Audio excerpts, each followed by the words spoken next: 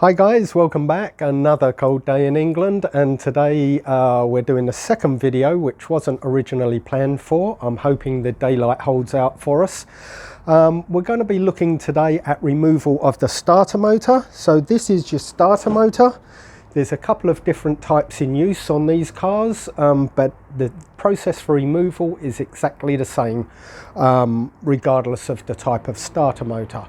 What is different and very, very important to note is that the turbo models, removal of the starter motor is different to the non-turbo models.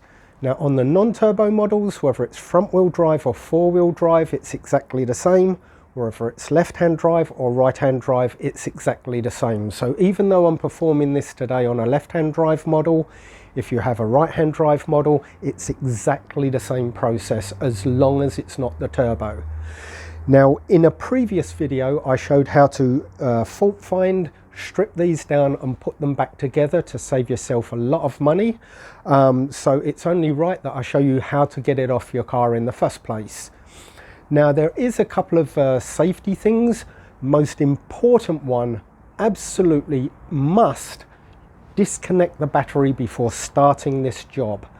The starter motor remains permanently live, and it's a very high amperage cable that runs down to it, and it is not fused. So if you accidentally short out the cable, there is a very high chance, at the very least, you will do damage to the cabling. Worst case scenario, you're going to set fire to your car. So I'm deliberately trying to scare you with this warning. Do not attempt this job with the battery connected. Now, when we start this job, first thing we're going to do is disconnect the battery, quite an easy process, and then we'll look at removal of the starter motor.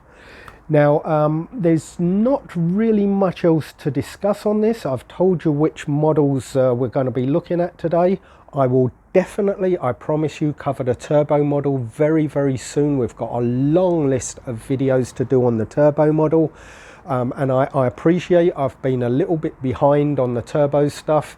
The only reason for that is I've got mostly non-turbo cars, and also my only turbo car is presently all stripped down because I'm doing some rebuild work on it, and it's up on jack stands, and moving it over onto the ramp is a lot of work in this limited space. I should also tell you that the Dodge Stealth is exactly the same as this on the non-turbo Stealth. So it's quite an easy process for most of you that have non-turbos. So quick look at the tools. It's only a very couple of basic tools you're going to need. 10mm spanner, a 1/2" drive wrench, 12mm socket piece, 14mm socket piece, and a short extension bar, and that's pretty much all the tools you're going to need for this job. If you're thinking of doing a turbo one using what I've told you today, it really is a much more complicated job. You've got heat shields in the way, you've got a much harder under tray to remove, and also there's very, very limited space. So you know, do that if you want to try it, but I will be covering the videos for that in the future. One other thing, I've also already done a video on removal of the center under tray for this vehicle, so we're not going to cover that again today. I would ask that just refer to a previous video that tells you how to remove the center under tray, which you are going to need to remove in order to complete this job. So that's about it. We better get on with it. So we're going to start off with disconnecting the battery. Fortunately, you don't have to actually remove the battery. There's absolutely no need. We're purely going to disconnect it. And all we're going to need for that is a 10mm spanner. Now, you're going to be disconnecting the negative terminal. That's the only one you need to remove. Negative is normally marked on the battery. It'll just be a straight line.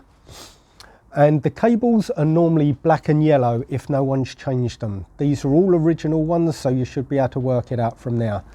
The red terminal will have the positive. We don't need to touch that today.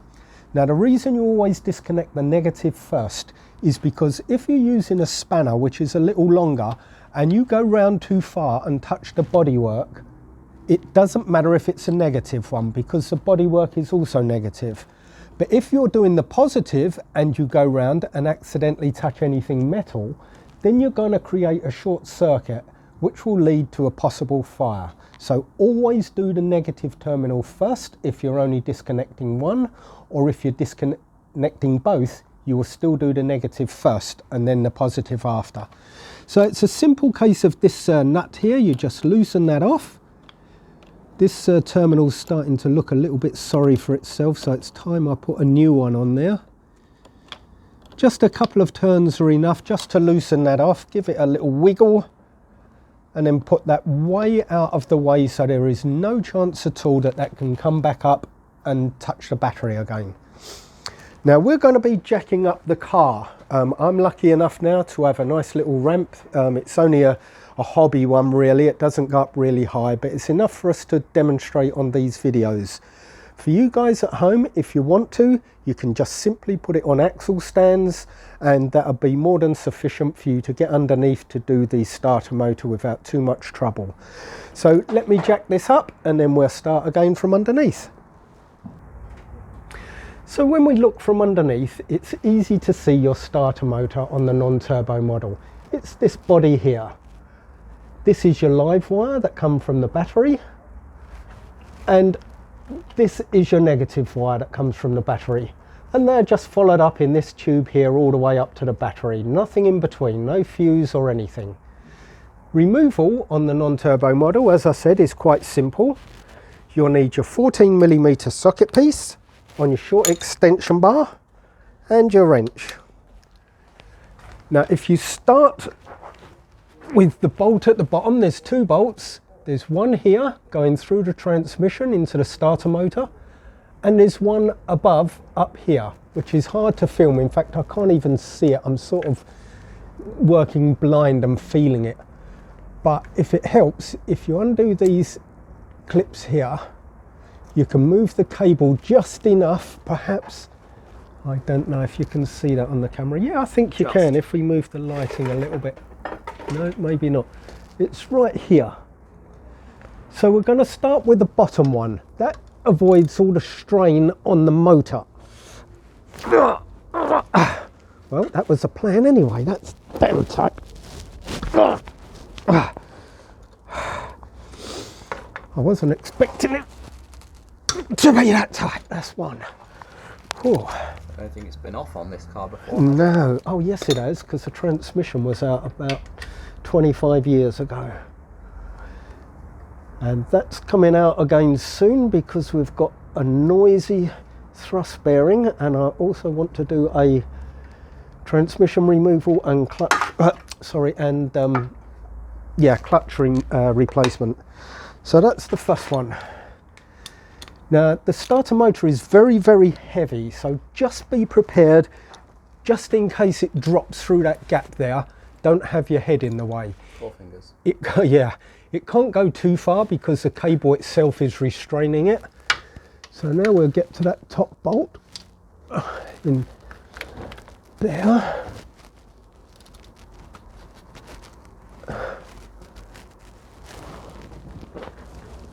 Oh, I hate doing this in case it slips. Watch out for your knuckles. Yeah. Come on, here you go. Okay.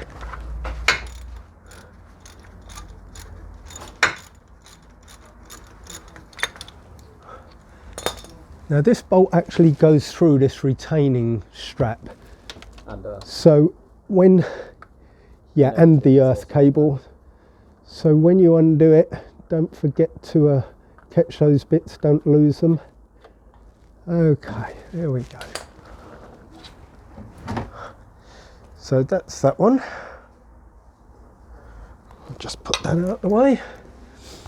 Our earth cable's out the way. Now what we're going to do is drop it down and try and bring it out this side, because then that gives us plenty of room to work to disconnect the cables.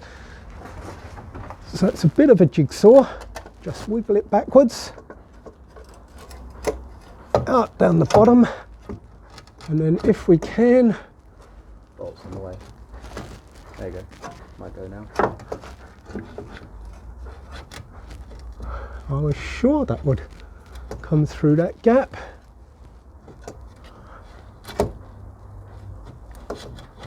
There we go. Now we've got some working space to disconnect the cables.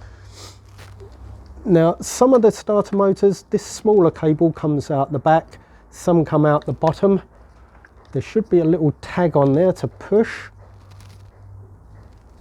That's it. So just disconnect that one. Then we've got the main 12 volt supply here. Remove your top cover. You'll need 12mm on your wrench.